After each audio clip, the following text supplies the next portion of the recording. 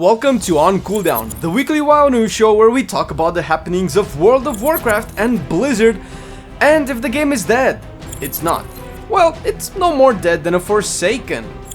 You try to understand what that means. In today's episode we have what it looks like a final update on flying in 8.2. What do you need to skip all the stuff you want to skip? A new bodyguard system has been announced and now we have more details about it, alongside the new essence that will give us a PvP talent, effectively enabling 5 total PvP talents. Oh, and gnomes have smaller mounts so they can grab the reins. WoW Classic has taken the gaming world by storm. Reddit explodes with 100k subs, Stress Test sees the genocide of starting areas, and a bunch of interviews with devs about WoW Classic.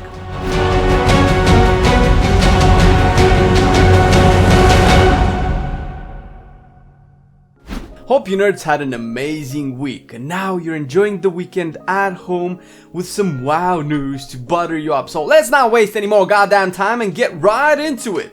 First item on the menu, 8.2 patch and what new goodies we will get. Flying is something we knew we were going to have coming for us. We also knew that we needed a few achievements and rep to grind similar to Legion. If you haven't checked it off your list, make sure to complete the Battle for Azeroth Pathfinder Part 1, which you might have already if you unlock the cool Taurens or Zandalari allied races. Following that up, we have an update on the Part 2 achieve, which will essentially require Part 1, and exploring the 2 new zones, as well as getting revered with the Nazjatar faction and the Rustbolt Resistance faction in Mechagon. Once these 2 are complete, you'll have flying in Zandalar, Kultiras, Nazjatar, and Mechagon. Honestly, the initial flying was advertised for Zandalar and Kultiras, but a few weeks ago it has been confirmed to include the 2 new zones as well. I can definitely see Nazjatar being a super fun zone to explore with its current design, even if generally I am opposed to flying. Don't hate me now. Following this up, we have updates on the new Bodyguard system, which is different from what we had in WoD and Legion. After you arrive in Nazjatar, do the intro questline and befriend the respective faction, and you will have the option to choose between 3 types of bodyguards. The Alliance bodyguards are still missing abilities, but looking at the Horde ones, we can see we have a rogue/DPS bodyguard, a healer, and a tank, each equipped with different abilities. When you do quests in Nazjatar, they will rank up, unlocking new abilities and upgrading existing ones. The last ability seems to unlock at rank 15, and we can probably think of ranks as levels. Aside the normal things you would be doing in Nazjatar, having a little guy tag along seems fun and reminds me of the bodyguard we had in Legion. This time though, they have a progression system, which is cool and very necessary to remain interesting. As far as the side project goes, this feature looks really cool. Next up, earlier this week we heard about a special essence we can get that would add a PvP talent to our toolkit, kind of like how the legendary Soul of X rings were in Legion. The talent will be set so you cannot choose, but if it's a talent you are running anyway, then that would end up freeing a slot for another one. This will definitely work for world PvP, aka PvE content outside raids and dungeons, but it doesn't seem it will be as strong as the normal essences. However, in arenas and battlegrounds it could add extra flavor and hopefully even change the meta a bit. So far we have a list of all the talents for all specs, with certain specs still being debated and discussed. As an amateur arena fanboy, I can comment on a few of them for some impressions. For Discipline Priest, which is one of the classes I played most in arenas, you get Premonition. Premonition was mainly picked against polymorph and hex mechanics. Usually you would swap it for something else if you weren't fighting mages and shamans. In this sense, I cannot see this essence ever being picked for disc since you cannot change essences based off of your enemy team comp. Yet.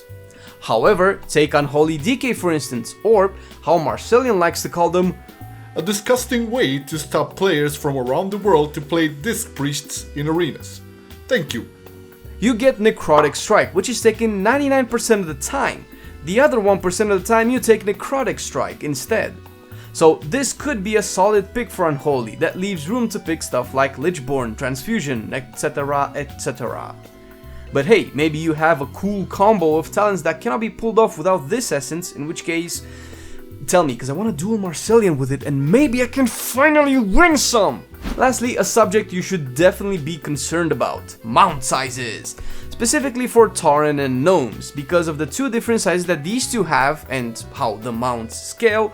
Certain mounts clip awkwardly and your character looks like they are holding an invisible reins while the real ones are just floating somewhere. Not all the mounts were adjusted, it seems. Taurens still seem to fit okay in some of them, but gnomes clearly had some adjusted to be a bit smaller.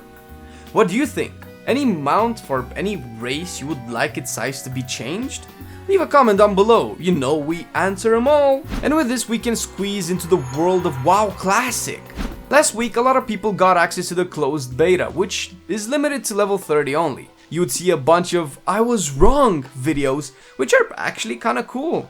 We are still waiting for our keys, because what I thought we got a few days ago was actual stress test invites. You might have seen the stress test info back in last week's episode, and earlier this week we had our first wave. Marcelian and I got to experience the metaphorical genocide of Teldrassil, in that all the boars, nightsabers, spiders and grelkins were wiped out completely by hundreds of nerds, whacking and slashing and smiting their way to level 5. The point of the stress test was to see how well the servers would handle a very large influx of players in one area, because being level 5, you couldn't travel very far. I mean, you could, but come on, wetlands run? Level 5. You can't do that any other time. On this day I got to see how many people are hyped for the game and even experienced some sharding, which puts a lot of vanilla fans on the fence, which I get. This was again explained by Ian in a previous interview with XD Late, the Russian content creator for WoW on YouTube. With the hype for Classic being this high, it won't be a surprise that a lot of people will be hoping to play Classic once it releases and goes live. People that are nostalgic will be looking to experience some of the old magic, and people who haven't played Classic at all will be curious to see what the fuss was all about. As such, we will just have a lot of players, meaning a lot of necessary realms and servers. But if we're realistic, not everyone will stick with Classic indefinitely. Some might not even survive the week, let alone a few months to start raiding Blackwing Lair. If Blizz creates a lot of servers to avoid the use of sharding, then eventually those servers will become low pop, making the game horrible for those left playing. Having fewer servers solves that issue but creates a new one: overpopulation. Classic was difficult enough with a lot of players. Having to farm a zone where you would compete with 2 or 3 different freaking hunters that would insta-tag your mob was a nightmare. Sharding solves that. Sharding, explained by Ian, creates a few copies of Azeroth within the same realm and server. At launch there will be a bunch of shards going on everywhere, and as players would start to leave the game, the number of shards would decrease to the point where there will be no sharding at all, hopefully. At least this is the plan. Ian also explained how the development of the server actually began, and it did with one man, Omar Gonzalez, the hero to vanilla players. Omar was a junior programmer back in vanilla, and after 2016 and the BlizzCon, where we were told we cannot get Classic because it cannot be done to mimic the old experience with our new technology, Blizzard was stumped in the backgrounds, trying to find a way to implement the idea. They had the old code, they had the live code, but they just couldn't see a way to make them work. Omar went on a hermit trip, locking himself away, and he came with a solution which he explained in another interview we had earlier this week. Basically, with very layman terms explained by a noob behind a computer in Romania, yes, we do have internet here, the Classic line is run by the new code, which is made to replace the current assets with the old vanilla ones. That means textures, animations, spells, generally the entire database, which was what enabled them to make the UI a bit more modern and add some modern changes to the settings, because, let's be real, we aren't playing on 2005 computers anymore. That idea was what actually set in motion the development we have today. So let's all bow down and pay our respects to Omar Gonzalez, the hero unsung. In the advent of Classic Beta being released, the internet exploded with Classic hype. The Classic WoW subreddit hit over 100k subs, and the server isn't even released yet. The stress test concluded earlier was actually a success. A lot of players were condensed in very small starting zones, more than we could ever imagine back in 2005. Blizzard even had a fun session with the players summoning world bosses that proceeded to do to level 5s what they did to max level players the first time they were encountered.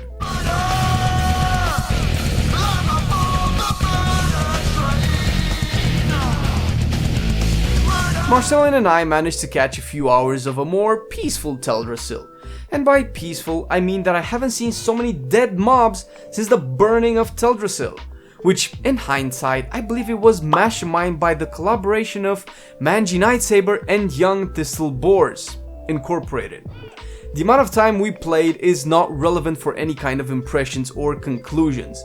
We were overtaken by hype and had a lot of fun that I haven't experienced when playing a new game in a very long time, possibly since God of War. Most of the thoughts were purely nostalgia for me. However, I will update you guys once we get some proper playtime, and if you care or don't, if you played before or didn't, try the beta if you have access to it. You don't have to like it, you don't have to enjoy it, but play it even for 1 or 2 levels and tell us what you think. We do class guides when we aren't undercover in Azshara, so you might want to check our recent Windwalker guide so you can do some awesome fisting in raids and dungeons. Got that explosive shout out to our Patreons.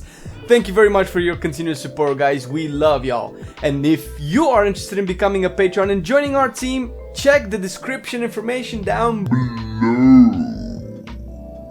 Or you can just buy your nerdy Warcraft stuff off of Amazon with our affiliate link and help us out, and we will greatly appreciate it. Thanks for watching the video and have an amazing weekend.